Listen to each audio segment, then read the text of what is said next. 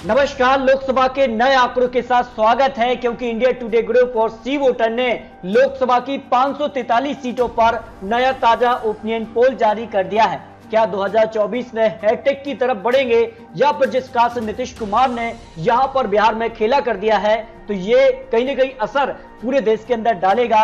इसको लेकर 10 अगस्त तक का सर्वे क्या कहता है, लेटेस्ट आंकड़ों के हिसाब से आखिर देश में इस वक्त सबसे लोकप्रिय नेता कौन हो सकते हैं, इसको लेकर यहां पर बात की जाएगी। महंगाई को लेकर भी आपको आंकड़े दिखाएंगे। आखिर आ चुनाव तो फिर क्या आंकड़ा किसको मिल सकता है, क्या बीजेपी को झटका लग सकता है 2019 के मुकाबले, बीजेपी आ चुनाव तो फिर किस स्थिति में दिखाई देती है, इसको लेकर आपको संपूर्ण आंकड़े, क्या 2024 में हैट्रिक या वनवास पर गई कांग्रेस की वापसी, इस पर आपको महत्वपूर्ण विश्लेषण, क्योंकि इंडिया टुडे ग्रुप ने यहां पर सर्वे जारी किया है। 1,22,016 लोगों का सैंपल साइज है। समय फरवरी 2022 से 9 अगस्त तक का ये सर्वे, लेटेस्ट सर्वे के हिसाब से आज चुनाव तो फिर क्या कुछ आंकड़ा बन सकता है। शुरुआत करते हैं कुछ महत्वपूर्ण यहां पर आंकड़ों के साथ। अंत में आपको दिखाएंगे कि आखिर इस समय एनडीए कितना स्ट्रांग नजर आ रहा है, कितनी सीटें उनको खाते में जा सकती हैं। यहां पर अगर बात की जाए तो देश के लिए सबसे बड़ी समस्या क्या है इस वक्त, महंगाई को लोग 27% मान रहे हैं, जबकि बेरोजगारी भी 25% है। धार्मिक टकराव पर भी यहां पर 3% लोग ये देश की समस्याएं मान रहे हैं। लेकिन एनडीए सरकार की सबसे बड़ी उपलब्धि क्या रही है, देखिए कोविड महामारी में जिस प्रकार का कामकाज यहाँ पर रहा है, उसको 25% लोग यहाँ पर एनडीए सरकार की बड़ी उपलब्धि मानते हैं। धारा 370 खत्म करने पर भी यहाँ पर 14% लोग इसको एक उपलब्धि मान रहे हैं। भ्रष्टाचार मुक्त प्रशासन भी 12% रहा है। राम मंदिर काशी विश्वनाथ यहाँ पर 8% लोग यहाँ पर एक बड़ी उपलब्धि एनडीए की मान रहे हैं। नोटबंदी भी 6% लोग मान रहे हैं कि ये बड़ी उपलब्धि रही है एनडीए सरकार की। योजनाएं करीब 5.7% लोग ये यहाँ पर उपलब्धि मान रहे हैं। इसके अलावा अगर बात की जाए तो देश के लिए अगर बात की जाए तो ईडी, सीबीआई और आयकर विभाग का गलत इस्तेमाल पर अगर बात की जाए तो यहाँ पर जो मान रहे हैं लोग, इस पर अगर देखें तो हाँ कहने वाले हैं कि इसका जो यहाँ पर हमारी संस्थाएं हैं इनका गलत यूज हो रहा है। हाँ कहने वाले हैं 38%, लेकिन नहीं के तौर पर 41% लोग ये भी कह रहे हैं कि ऐसा बिल्कुल नहीं है, जो हमारी संस्थाएं हैं, जो एजेंसियां हैं वो सही कर रही हैं। ये 41% लोगों का मानना रहा है।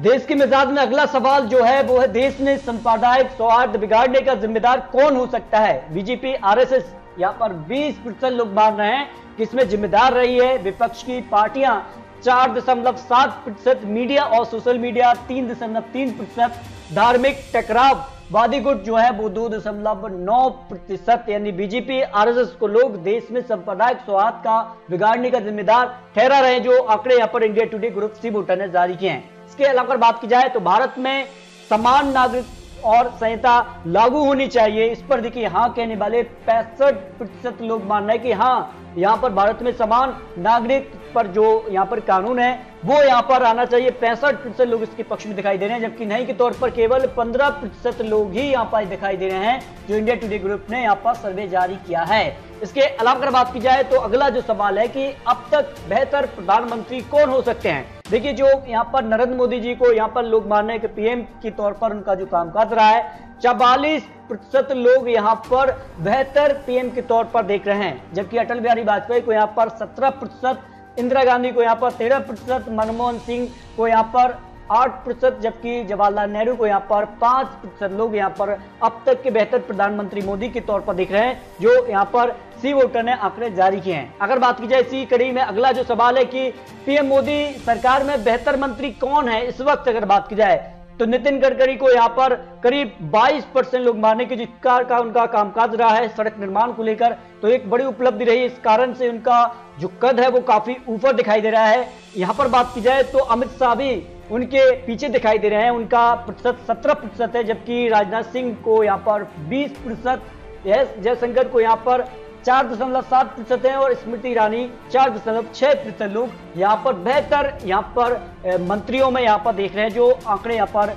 जो सी वोटर ने जारी किया। अगर बात की जाए सबसे अच्छा मुख्यमंत्री इस वक्त देश में कौन दिखाई दे रहा है, देखिए यहाँ पर योगी आदित्यनाथ जी को, जो कि उत्तर प्रदेश के मुख्यमंत्री हैं, 40% लोग यहाँ पर मुख्यमंत्री के तौर पर उनको देख रहे हैं, जबकि अरविंद केजरीवाल जी को यहाँ पर 22%, यहाँ पर बायसर के जो यहाँ पर मुख्यमंत्री उनको 4% है, नवीन पटनायक 4%। इसके अलावा अगला जो नाम आता है वो है यहाँ पर पश्चिम बंगाल से ममता बनर्जी का, यहाँ पर अगली कड़ी में नाम आ सकता है। तो सबसे अच्छा मुख्यमंत्री योगी आदित्यनाथ जी को देखते हैं, जो उनके कामकाज का रवैया जिस कार के वो यहाँ पर निर्णय लेते हैं, इस कारण से 40% उनका आंकड़ा जाता है।